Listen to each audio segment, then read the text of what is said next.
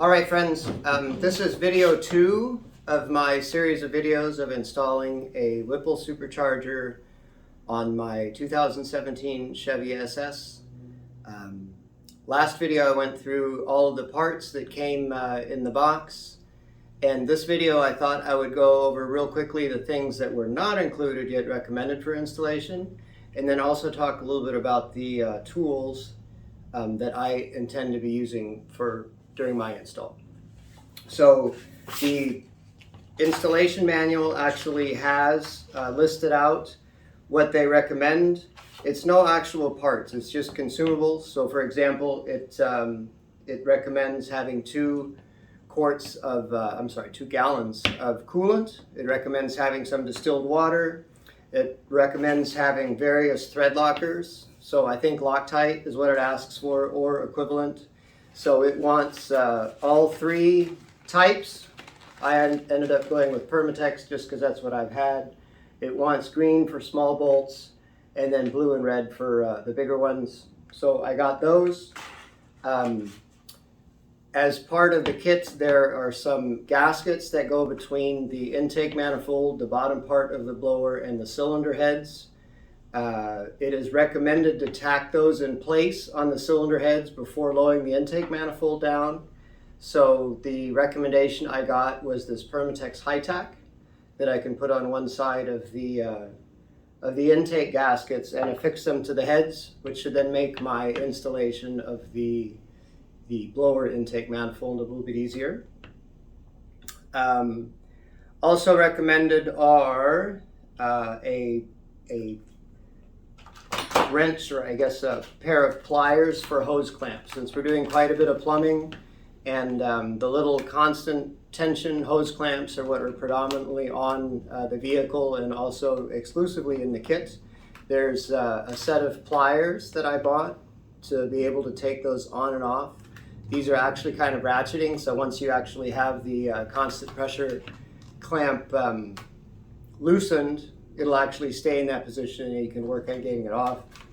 In the past, I have done all my hose clamps with, one of these guys, but I figure, might as well do it right and got the appropriate set of pliers for it.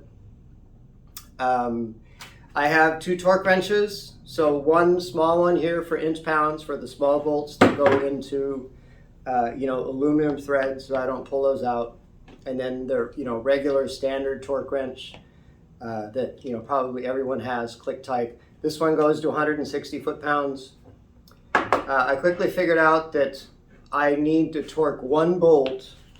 It's this big honking guy right here. He's caused me a lot of thoughts. He needs to go to 246 foot-pounds. So none of my torque wrenches would work. One cool solution that was proposed online, which is what I followed, is I went down to the local Harbor Freight and I got a small adapter. This is a neat little device. I'm not sure if you can see it. It goes on the end of just any sort of 1/2-inch drive extension, and you can dial in the foot-pounds that you want, and it'll make a sound when you've reached the dialed in number. So in my case, I would set it to 246 foot-pounds, and then I would put it on a breaker bar. I actually went and bought this breaker bar. I think it's 25 or 26 inches. I'm only 160 pounds, so I need something pretty dang long to be able to get 246 foot-pounds onto something. But it essentially would work like this. So I'll have a long extension. The item that I put on will apparently read well to 250 foot-pounds. I think it goes from 25 to 250 foot-pounds, and I'll be able to torque the crank bolt properly. So this is pretty cool. I think this item, it's called, it's made by Quinn. I think it was 50 bucks, right? And now I've got a torque wrench that goes to 250 foot-pounds. Speaking of that bolt, I went and got several sockets. The bolt that's in there right now is a 6-point bolt that's a 24 millimeter. So I actually got 2 sockets Again, these aren't, you know, high quality or anything like that. I think they're just from one of the local, you know, box store outlets. One of them is a 12 point and one of them is a 6 point. It's a 6 point bolt that's currently in the crank. I'm told it's quite tight. So this is what I will be attempting to get it out with, and probably, you know, Mr. Hercules right here. In case one breaks, I'll have two. So then the bolt that you put back in is this ARP style, kind of a 12 point head bolt. This is the one that gets torqued to 246 foot-pounds. And the only socket that I had was this sort of long, also relatively cheap 3/8 inch drive socket. I actually went and bought two more.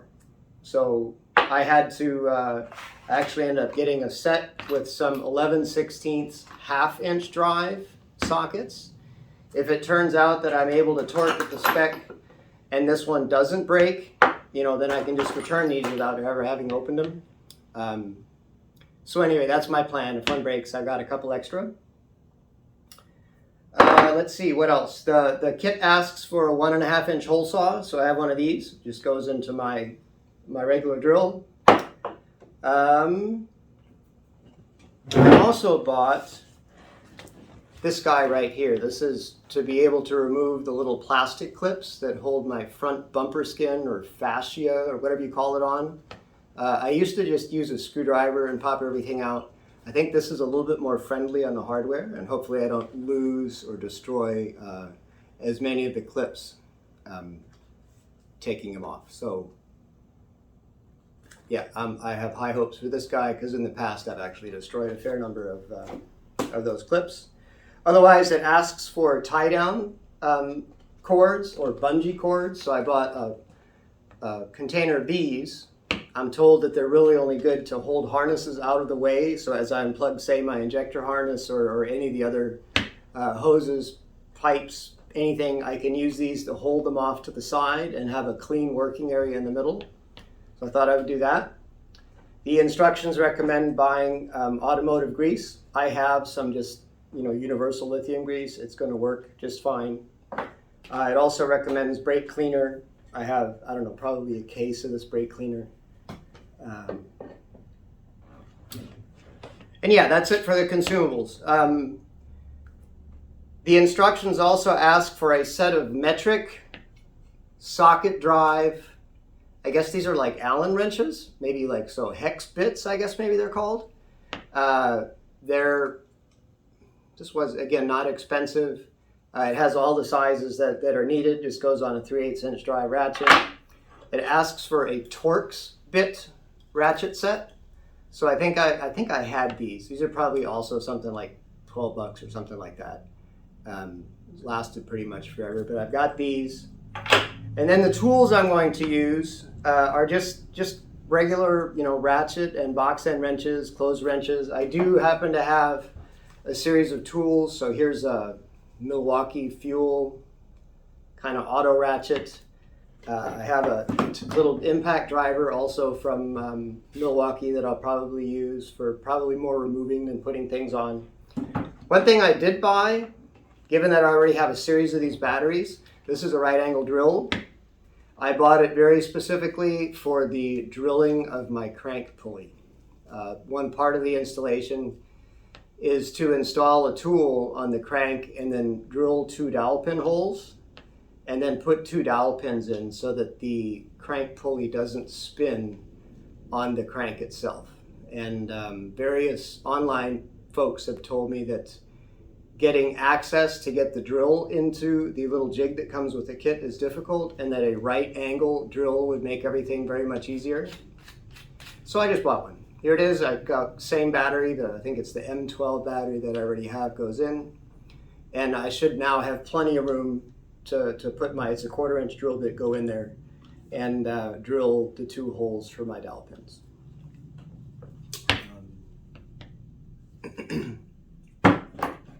Yeah, that's it. Well, I guess I got a spark plug gap tool. Probably everyone has one of those. I happen to buy one in case I can't find mine.